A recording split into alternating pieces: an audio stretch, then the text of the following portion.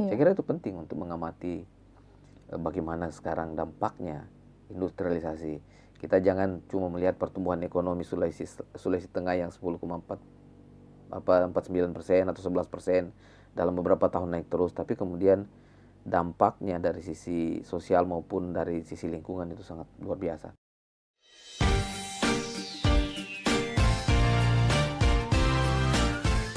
Selamat datang di Rollin Podcast Ngobrol Infinity.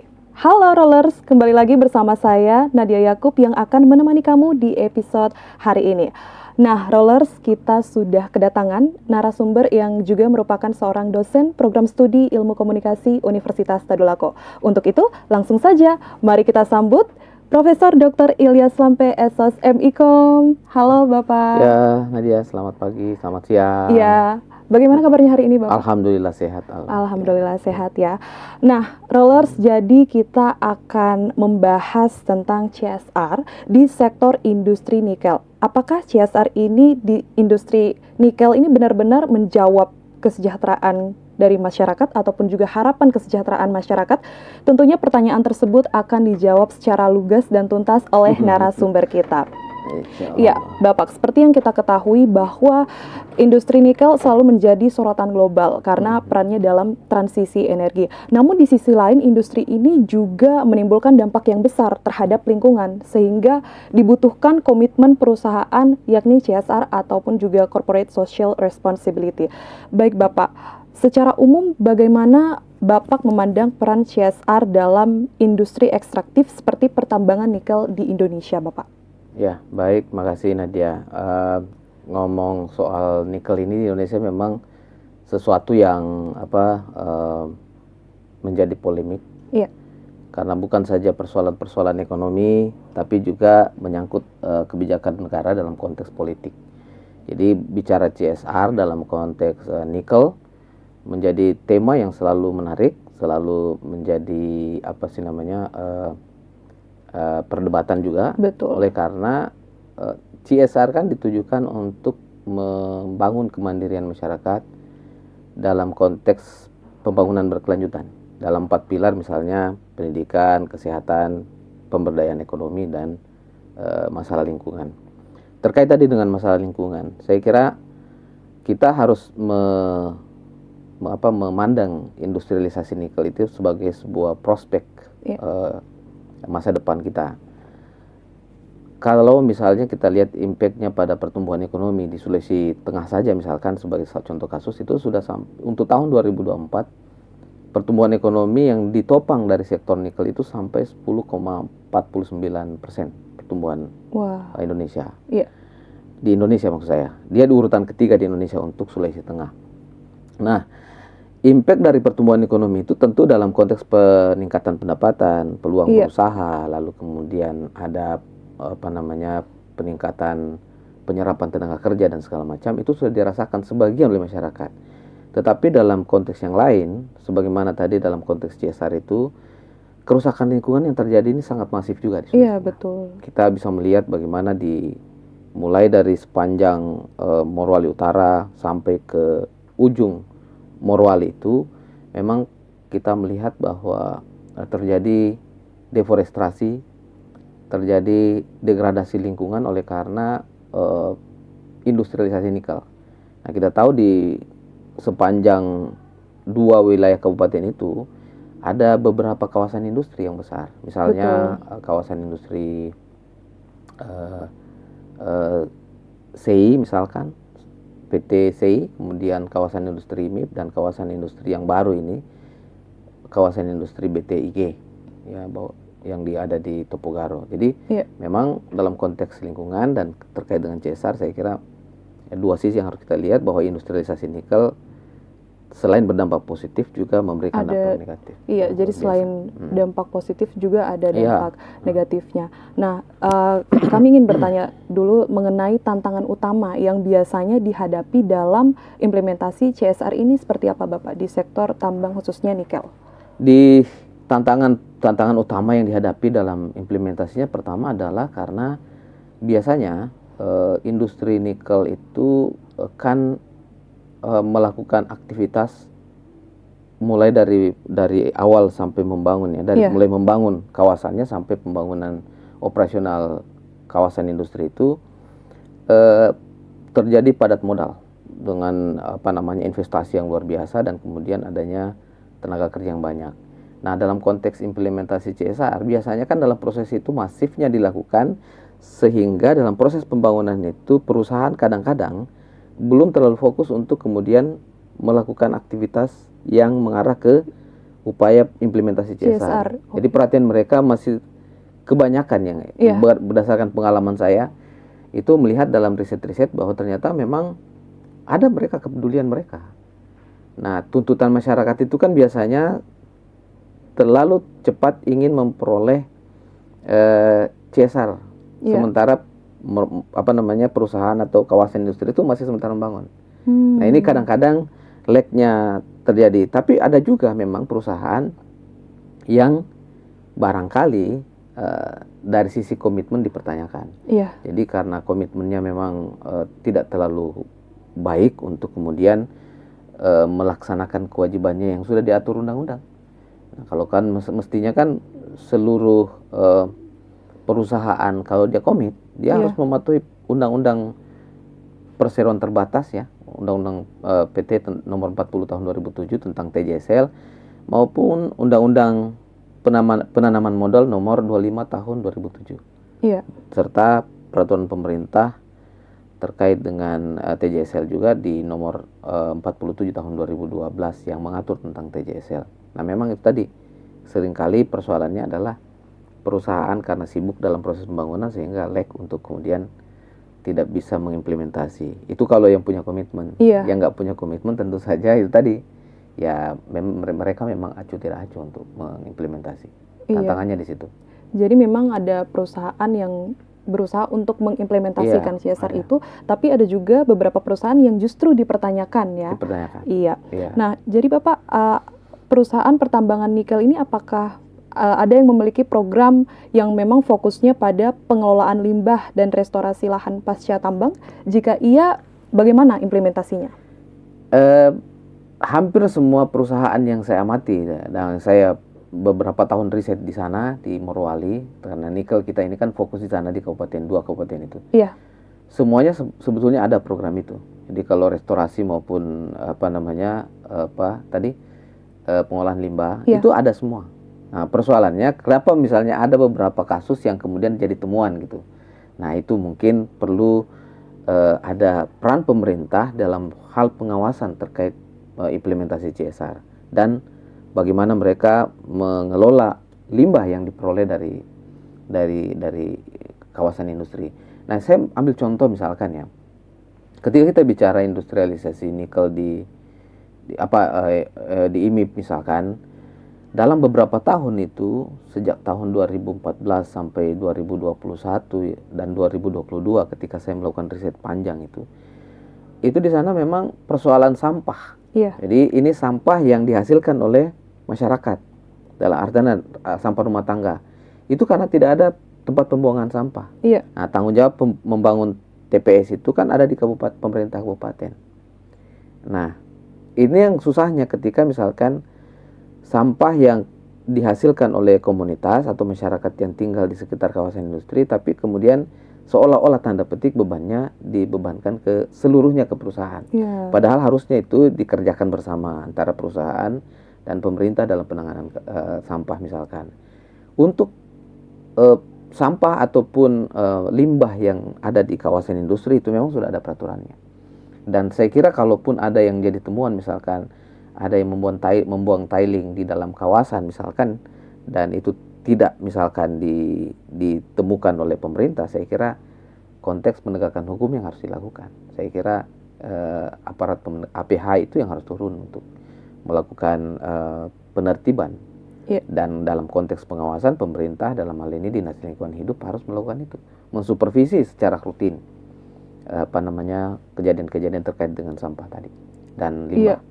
Lalu Bapak, bagaimana kalau misalnya sampah-sampah rumah tangga itu juga terabaikan, bahkan dari pemerintah sendiri pun juga angkat tangan, itu bagaimana menurut Bapak? Nah, itu yang saya contohkan kasus itu. Jadi di semua kawasan ya, kalau misalnya coba jalan-jalan ke Topogaro misalkan di daerah yang baru sementara dibangun, berproses pembangunannya, lalu kemudian mungkin ke daerah kawasan industri Petasia itu yang PT CI misalkan, itu memang yang terkait dengan pengolahan sampah rumah tangga yang ada di luar kawasan itu, maksud saya itu memang agak sulit.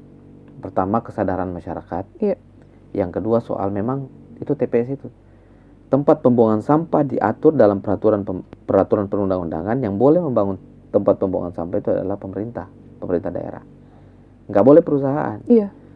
Boleh dalam artian mungkin membantu dalam dana untuk pembangunan, tapi perizinannya, lokasinya, jaraknya dari kawasan pemukiman dan segala macam, itu pemerintah daerah yang bertanggung jawab. Itu tanggung jawab pemerintah daerah.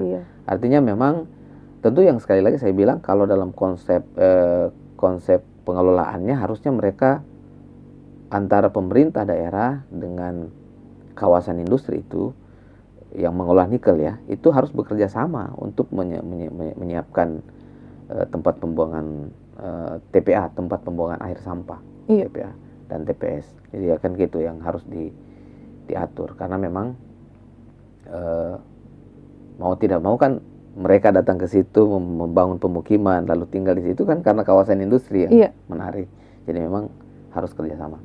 Jadi bukan hanya dari pemerintahnya saja ya, tapi dibutuhkan juga kesadaran dari masyarakat, dari masyarakat maupun juga pemerintah. Nah, Bapak, apakah CSR di sektor nikel saat ini sudah berjalan sesuai dengan prinsip pembangunan berkelanjutan dan berpihak pada kesejahteraan masyarakat lokal?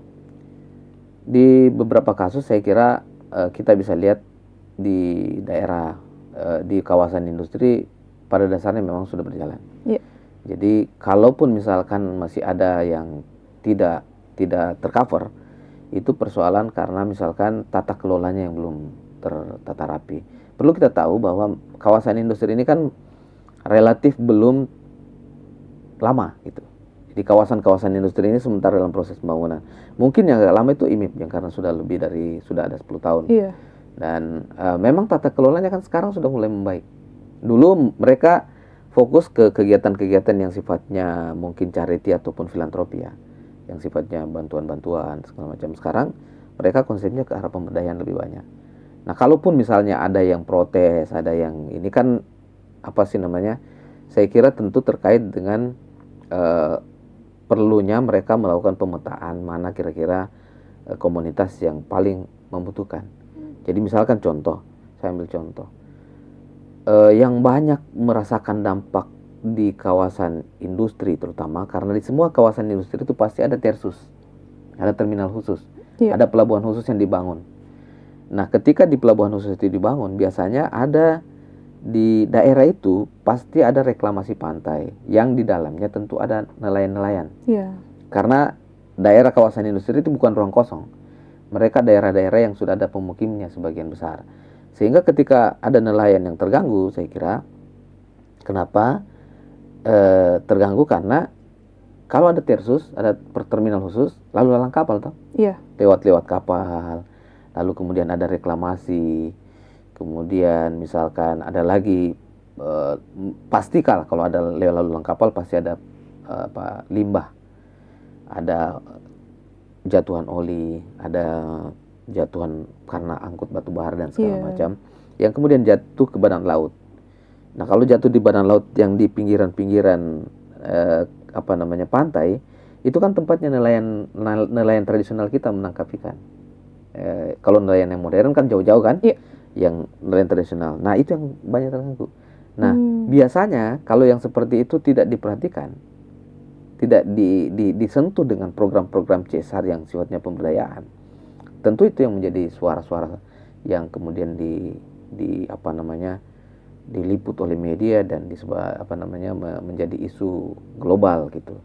Saya kira memang kita harus melihatnya dari dua sisi, bahwa kemudian tentu dari kawasan industri dan teman-teman pengusaha ataupun pelaksana di kawasan industri itu, industri nikel tentu punya komitmen. Tapi memang persoalannya karena itu tadi, tentu dalam perjalanan waktu dan kemudian pemetaan sosial komunitasnya yang penting untuk yang mana yang mesti di apa namanya intervensi lebih dahulu. Saya kira gitu. Iya Bapak, apa indikator keberhasilan dari implementasi CSR itu dilihat atau dibuktikan dengan apa Bapak? Salah satunya tentu adalah ketika masyarakat memiliki kemandirian ekonomi. Kemudian ada tingkat kesejahteraan yang meningkat di kawasan sekitar. Karena yang paling terdampak dengan kawasan industri adalah masyarakat sekitar. Iya. Ya, yang memiliki dampak langsung. Jadi pertumbuhan ekonomi ada, kalau dari sisi sosial tentu adanya masyarakat yang adem, masyarakat yang tidak ada konflik sosial, konflik etnik dan segala macam, itu tentu itu yang kita harapkan. Jadi adanya pertumbuhan ekonomi, adanya kesejahteraan, adanya kedamaian sosial yang tumbuh karena mereka sejahtera. Ya. Jadi itu kan yang seharusnya begitu kan prakteknya. Lalu kemudian kenapa misalnya masih ada yang lain? Itu saya kira betul. Ini menjadi PR kita bersama untuk melibatkan semua pentahelix ya. Jadi mulai akademisinya juga dilibatkan misalnya dalam pemetaan sosial, bagaimana kemudian pers dilibatkan dalam melakukan advokasi dan memberikan pemberitaan untuk kemudian sebagai bagian dari check balance cek dan balance itu ya. Cek and recheck lah, bagaimana informasi jangan sampai semua positif dari kawasan, sementara tidak seperti itu kenyataannya. Jadi memang saya kira ukuran keberhasilannya itu bagi perusahaan sendiri, tentu ukuran keberhasilannya kalau mereka dapat penghargaan proper. Jadi program penghargaan dari Kementerian Lingkungan Hidup tentang kepatuhan mereka melaksanakan CSR. Ada namanya proper mas, ada proper hijau dan seterusnya. Nah mereka maunya semua seperti itu. Kalau ada yang misalnya ada yang sudah dapat penghargaan proper hijau, proper emas, tapi kemudian ternyata di kawasan yang ada keberadaan mereka masih terdapat yang negatif-negatif, tentu itu yang menjadi pertanyaan. Kenapa bisa dapat sementara faktanya di lapangan tidak demikian? Saya kira itu menjadi domain dari pemerintah yang melakukan penilaian dan pengawasan sebagai regulator. Pemerintah sebagai regulator, kemudian menjadi evaluator ya, mengevaluasi dan kemudian tentu dalam dalam bagian untuk memberikan reward juga kan bagi mereka yang patuh. Gitu. Bapak sendiri sebagai akademisi apakah pernah dilibatkan dalam hal pemetaan ataupun juga yang lain, Bapak? Kalau dalam konteks pemetaan ada beberapa yang saya terlibat meskipun secara tidak langsung bernegosiasi, tetapi kalau dalam konteks penelitian sudah beberapa perusahaan. Jadi kami tentu berharap sih semua bukan cuma dari kita ya, dari orang-orang dari disiplin ilmu lain yang bisa melakukan pemetaan sosial dari ekonomi, geografi ke kependudukan ya dan segala macam. Kemudian sosial baik komunikasi sosiologi maupun politik. Saya kira itu penting untuk mengamati bagaimana sekarang dampaknya industrialisasi. Kita jangan cuma melihat pertumbuhan ekonomi Sulawesi Tengah yang 10,49% atau 11% dalam beberapa tahun naik terus, tapi kemudian dampaknya dari sisi sosial maupun dari sisi lingkungan itu sangat luar biasa. Jadi ini mungkin juga perlu di stressing bahwa kalaupun misalkan pertumbuhan ekonomi kita sangat tinggi, tingkat kemiskinan di Sulawesi Tengah juga masih cukup tinggi. Jadi masih ada sekitar 10,49% di tahun 2024 maksud saya. Di 2024 masih lumayan tinggi. Nah, tentu saja harapan kita adalah bagaimana kemudian pertumbuhan ekonomi ini itu bisa multiplier efeknya menciptakan kesejahteraan sehingga tingkat kemiskinan di Sulawesi Tengah semakin menurun. Gitu. Lalu Bapak, bagaimana jika pelaksanaan ataupun juga implementasi dari CSR itu hanya seremonial atau hanya formalitas belaka, Bapak? Jadi saya kira itu tadi niatan kalau saya mencermati, karena saya berinteraksi dengan banyak teman-teman dari sektor industri ini, sebetulnya mereka punya komitmen sebetulnya. Jadi mereka punya komitmen untuk seperti itu. Jadi biasanya yang banyak ini kan Nadia, ada hal yang mesti kalau kita bicara industrialisasi nikelnya, saya perlu jelaskan sedikit. Jadi industrialisasi itu menyangkut selain pertambangannya, dia juga ada smelternya. Itu yang terjadi kalau ada kawasan industri. Nah, kalau yang sektor hanya penambangan, yang banyak penambangan itu dia hanya menambang. Nah, ore-nya itu yang dijual ke kawasan industri. Jadi jangan sampai misalnya salah kaprah. Ya, Iya. tapi kalau kita mau bicara CSR kan seluruhnya, semuanya. Cuman maksud saya ketika melihat kawasan industri jangan melihatnya secara utuh bahwa itulah semua bagiannya. Iya. Karena selain kawasan industri banyak, bahkan ratusan itu Iya. tambang yang hanya menambang lalu menjual ornya ke kawasan industri mana saja yang bekerja sama dengan mereka kan, menjual or. Nah, yang banyak kasus-kasus itu mungkin saja itu yang seperti itu tadi. Bisa jadi bukan di kawasan industri, bisa jadi ada di penambangannya yang kemudian kurang komit Iya. terhadap CSR. Nah, itu perlu penaatan. Makanya pemerintah harus lebih banyak melakukan pengawasan untuk kemudian menilai dan mengevaluasi keberadaan perusahaan yang kalau misalkan tidak patuh ya dikasih sanksi. Ya paling tinggi pencabutan izin. Iya. Ya kan disanksi dan pencabutan izin. Kalaupun ya berdampak lebih jauh lagi, saya kira harus melalui proses hukum secara pidana maupun perdata gitu ya. Iya. Tapi saya kira itu domain di luar. Tapi istilahnya maksud saya adalah bahwa untuk penaatannya memang perlu partisipasi dari semua pihak, termasuk kita di kawasan. Sekarang ini di Sulawesi Tengah ada namanya sebuah organisasi yang memang sudah di Jakarta, namanya Masyarakat Pemantau TJSL. Iya. Jadi itu sudah, jadi mungkin keterlibatan masyarakat, akademisi dan seluruh masyarakat umum bisa lewat situ. Kebetulan saya juga salah satu pengurusnya gitu ya. Iya. Wah. Iya. Iya. Bapak, apakah bisa disampaikan ke kita semua, apakah ada contoh nyata dari keberhasilan CSR yang diimplementasikan oleh perusahaan yang partisipatif dan berkelanjutan, Bapak? Kalau saya mau menyebut nama merek, salah satu yang menurut saya banyak berhasil memberikan contoh, bukan karena ada tendensi apa-apa. Saya tidak pernah berhubungan. Misalnya apa yang dilakukan di PT Vale. PT Vale itu, atau dulu Inco ya, PT Inco, perusahaan nikel juga. Tapi ini yang saya bicara PT Vale yang ada di Sorowako ya. Belum PT Vale yang ada di yang sekarang, karena kan masih berjalan. Saya juga belum pernah riset di sana. Tapi kalau yang PT Vale selama ini, kita melihat bahwa banyak implementasi CSR-nya baik dalam konteks pemberdayaan, pelestarian lingkungan, itu alhamdulillah sangat bagus. Di sana itu di mana di Sorowako kan ada danau Matano. Tapi kemudian tidak pernah kita dengarkan ada pencemaran yang terjadi di daerah situ. Ya kan? Artinya selama puluhan tahun mereka beroperasi, tidak ada kasus-kasus yang kemudian menimbulkan malapetaka lingkungan hidup.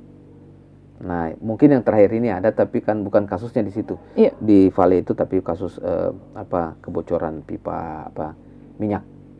Nah, saya lupa secara detailnya, tapi istilahnya kalau mau mencontoh, saya kira PT Vale itu adalah sebuah contoh untuk implementasi CSR-nya baik dari sektor pendidikan, kesehatan, pemberdayaan dan juga pelestarian lingkungan. Ya, jadi PT Vale ini jadi satu contoh perusahaan yang memang bisa dikatakan berhasil ya untuk mengimplementasikan CSR. Ya, artinya sepanjang sepengetahuan saya. Iya, baik Bapak, sejauh mana regulasi pemerintah itu mengatur ataupun juga mendukung efektivitas program ataupun juga izin dari CSR di sektor nikel ini, Bapak?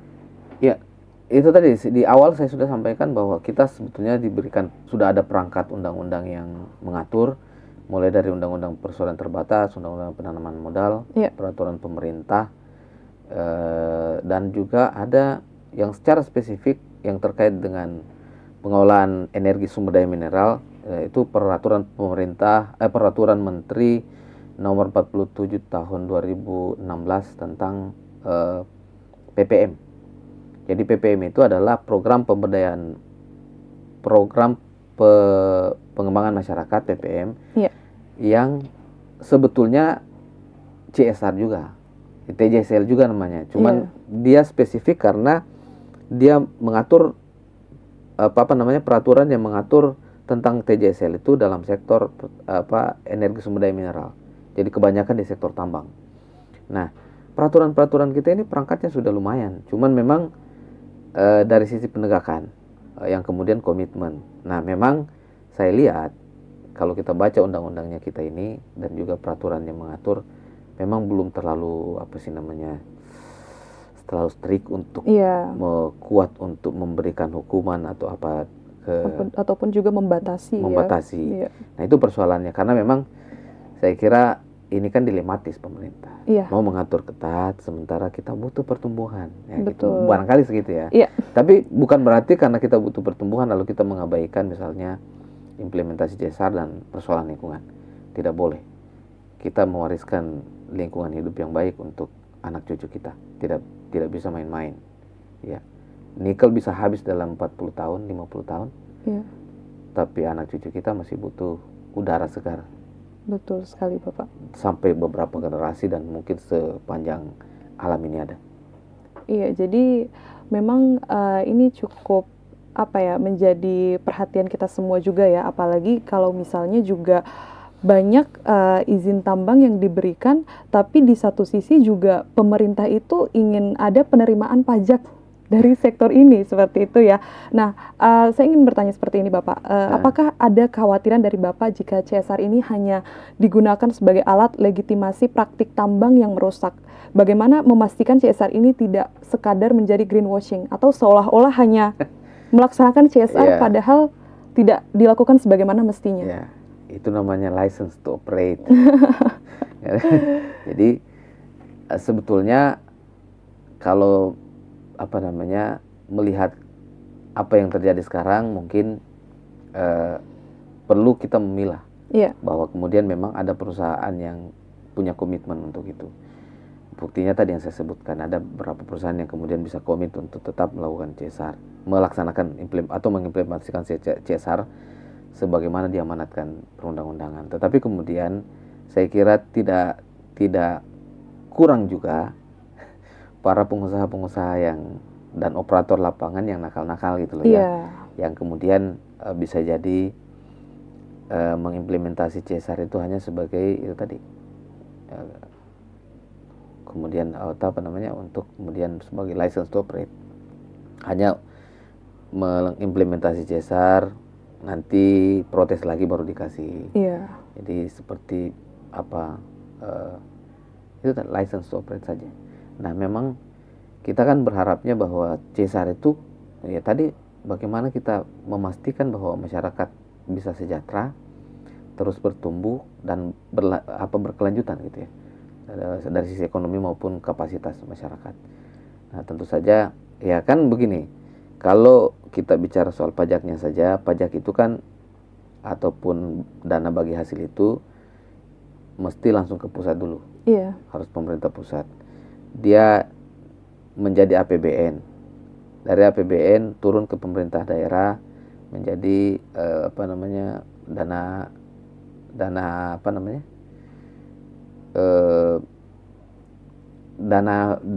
apa sih istilahnya?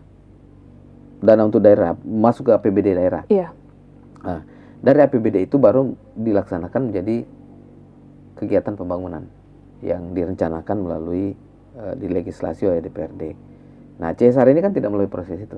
Karena CSR harus langsung diimplementasi dari perusahaan ke masyarakat, tentu bisa menggunakan perusahaan menggunakan pihak ketiga, yayasan atau apa, tapi kemudian sifatnya itu yang kemudian kita harus berpikir bahwa seringkali memang kalau tidak melibatkan itu, ya itu kan dia hanya menjadi